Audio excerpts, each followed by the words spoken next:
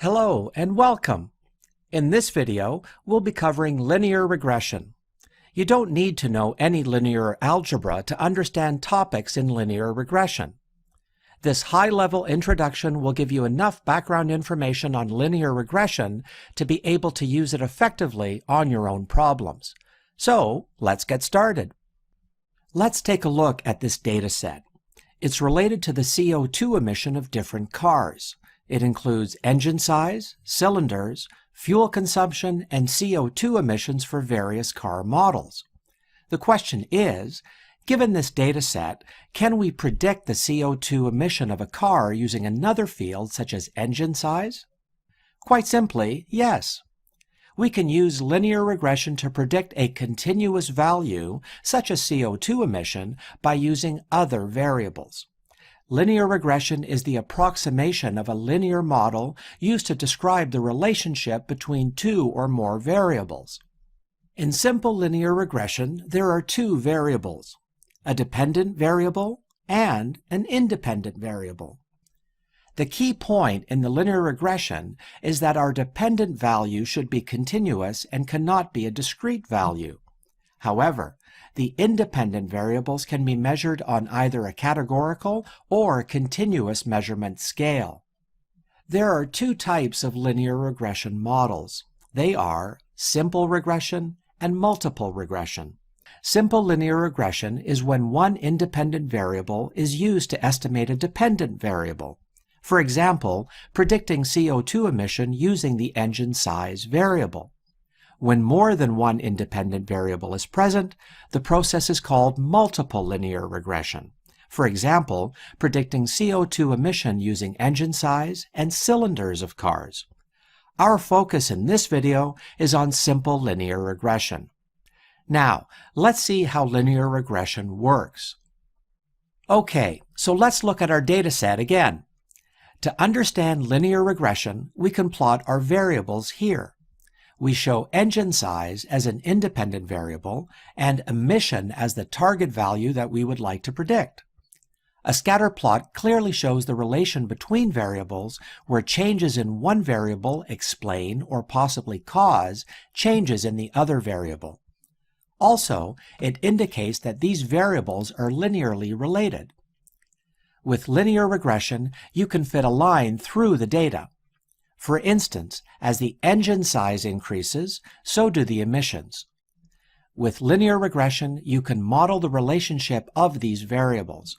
A good model can be used to predict what the approximate emission of each car is. How do we use this line for prediction now?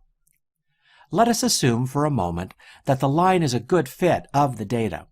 We can use it to predict the emission of an unknown car. For example, for a sample car with engine size 2.4, you can find the emission is 214. Now, let's talk about what the fitting line actually is. We're going to predict the target value y, in our case using the independent variable engine size, represented by x1. The fit line is shown traditionally as a polynomial.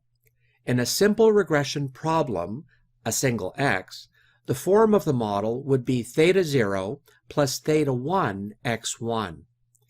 In this equation, y hat is the dependent variable or the predicted value, and x1 is the independent variable. Theta 0 and theta 1 are the parameters of the line that we must adjust. Theta 1 is known as the slope or gradient of the fitting line, and theta 0 is known as the intercept. Theta 0 and theta 1 are also called the coefficients of the linear equation. You can interpret this equation as y hat being a function of x1 or y hat being dependent of x1. Now the questions are, how would you draw a line through the points? And how do you determine which line fits best? Linear regression estimates the coefficients of the line. This means we must calculate theta 0 and theta 1 to find the best line to fit the data. This line would best estimate the emission of the unknown data points. Let's see how we can find this line, or to be more precise, how we can adjust the parameters to make the line the best fit for the data. For a moment, let's assume we've already found the best fit line for our data. Now, let's go through all the points and check how well they align with this line. Best fit here means that if we have, for instance, a car with engine size x1 equals 5.4 and actual CO2 equals 250, its CO2 should be predicted very close to the actual value, which is y equals 250 based on historical data. But if we use the fit line, or better to say, using our polynomial with known parameters to predict the CO2 emission, it will return y hat equals 340. Now, if you compare the actual value of the emission of the car with what we've predicted using our model, you will find out that we have a 90-unit error. This means our prediction line is not accurate. This error is also called the residual error.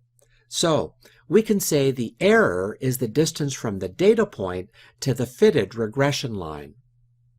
The mean of all residual errors shows how poorly the line fits with the whole data set. Mathematically, it can be shown by the equation mean squared error, shown as MSE. Our objective is to find a line where the mean of all these errors is minimized. In other words, the mean error of the prediction using the fit line should be minimized. Let's reword it more technically. The objective of linear regression is to minimize this MSE equation, and to minimize it, we should find the best parameters theta 0 and theta 1. Now, the question is how to find theta 0 and theta 1 in such a way that it minimizes this error. How can we find such a perfect line? Or, said another way, how should we find the best parameters for our line? Should we move the line a lot randomly and calculate the MSE value every time and choose the minimum one? Not really. Actually, we have two options here. Option 1, we can use a mathematic approach, or option 2, we can use an optimization approach. Let's see how we can easily use a mathematic formula to find the theta 0 and theta 1. As mentioned before, theta 0 and theta 1 in the simple linear regression are the coefficients of the fit line. We can use a simple equation to estimate these coefficients. That is, given that it's a simple linear regression with only two parameters, and knowing that theta 0 and theta 1 are the intercept and slope of the line, we can estimate them directly from our data. It requires that we calculate the mean of the independent and dependent, or target columns, from the dataset. Notice that all of the data must be available to traverse and calculate the parameters. It can be shown that the intercept and slope can be calculated using these equations. We can start off by estimating the value for theta 1. This is how you can find the slope of a line based on the data. X bar is the average value for the engine size in our data set. Please consider that we have 9 rows here, rows 0 to 8. First, we calculate the average of x1 and average of y. Then, we plug it into the slope equation to find theta 1. The xi and yi in the equation refer to the fact that we need to repeat these calculations across all values in our dataset, and I refers to the ith value of x or y. Applying all values, we find theta 1 equals 39. It is our second parameter. It is used to calculate the first parameter, which is the intercept of the line. Now, we can plug theta 1 into the line equation to find theta 0. It is easily calculated that theta 0 equals 125.74. So, these are the two parameters for the line. where theta 0 is also called the bias coefficient and theta 1 is the coefficient for the CO2 emission column. As a side note, you really don't need to remember the formula for calculating these parameters, as most of the libraries used for machine learning in Python, R, and Scala can easily find these parameters for you, but it's always good to understand how it works. Now, we can write down the polynomial of the line. So, we know how to find the best fit for our data and its equation. Now the question is, how can we use it to predict the emission of a new car based on its engine size? After we found the parameters of the linear equation, making predictions is as simple as solving the equation for a specific set of inputs. Imagine we are predicting CO2 emission, or Y, from engine size, or X, for the automobile in record number 9. Our linear regression model representation for this problem would be y hat equals theta 0 plus theta 1 x1. Or, if we map it to our data set, it would be CO2 emission equals theta 0 plus theta 1 engine size. As we saw, we can find theta 0, theta 1 using the equations that we just talked about. Once found, we can plug in the equation of the linear model. For example, let's use theta 0 equals 125 and theta 1 equals 39. So we can rewrite the linear model as CO2 emission equals 125 plus 39 engine size. Now, let's plug in the 9th row of our data set and calculate the CO2 emission for a car with an engine size of 2.4. So, CO2 emission equals 125 plus 39 times 2.4. Therefore, we can predict that the CO2 emission for this specific car would be 218.6. Let's talk a bit about why linear regression is so useful. Quite simply, it is the most basic regression to use and understand. In fact, one reason why linear regression is so useful is that it's fast. It also doesn't require tuning of parameters. So, something like tuning the k parameter in k nearest neighbors or the learning rate in neural networks isn't something to worry about.